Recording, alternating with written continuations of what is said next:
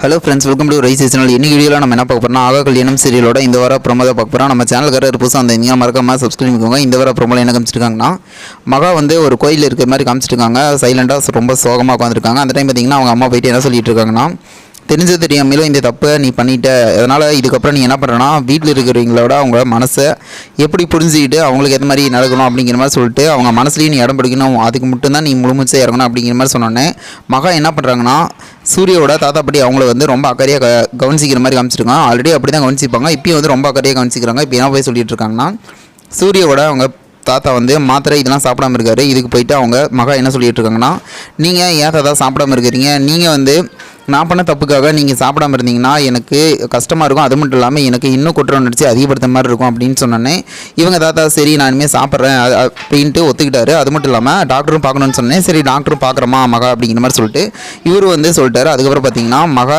அந்த ரூம்லேருந்து வெளியே போகிற மாதிரி காமிச்சிருக்காங்க. சூர்யா வெளியே தான் நின்றுருக்காரு. அவங்க என்ன சொல்கிறாருன்னா, ரொம்ப தேங்க்ஸ் அப்படிங்கிற மாதிரி சொல்லிட்டு சொன்னோன்னே மகா என்ன சொல்லிட்டு இருக்காங்கன்னா, எதுக்குங்க தேங்க்ஸ், நீங்கள் வந்து என்கிட்ட எப்பயும் போல் நல்லா பேசுன மாதிரி என்னை புரிஞ்சுக்கிட்டு பேசுகிற வரைக்கும் நான் வந்து காத்திருப்பேன் அப்படிங்கிற மாதிரி சொல்லிட்டு இவங்க கிளம்பி போகிற மாதிரி காமிச்சிருக்காங்க. அதுக்கப்புறம் பார்த்தீங்கன்னா சூர்யா தனியாக இண்டஸ்ட்ரி யோசிச்சுட்டு இருக்கிறாரு.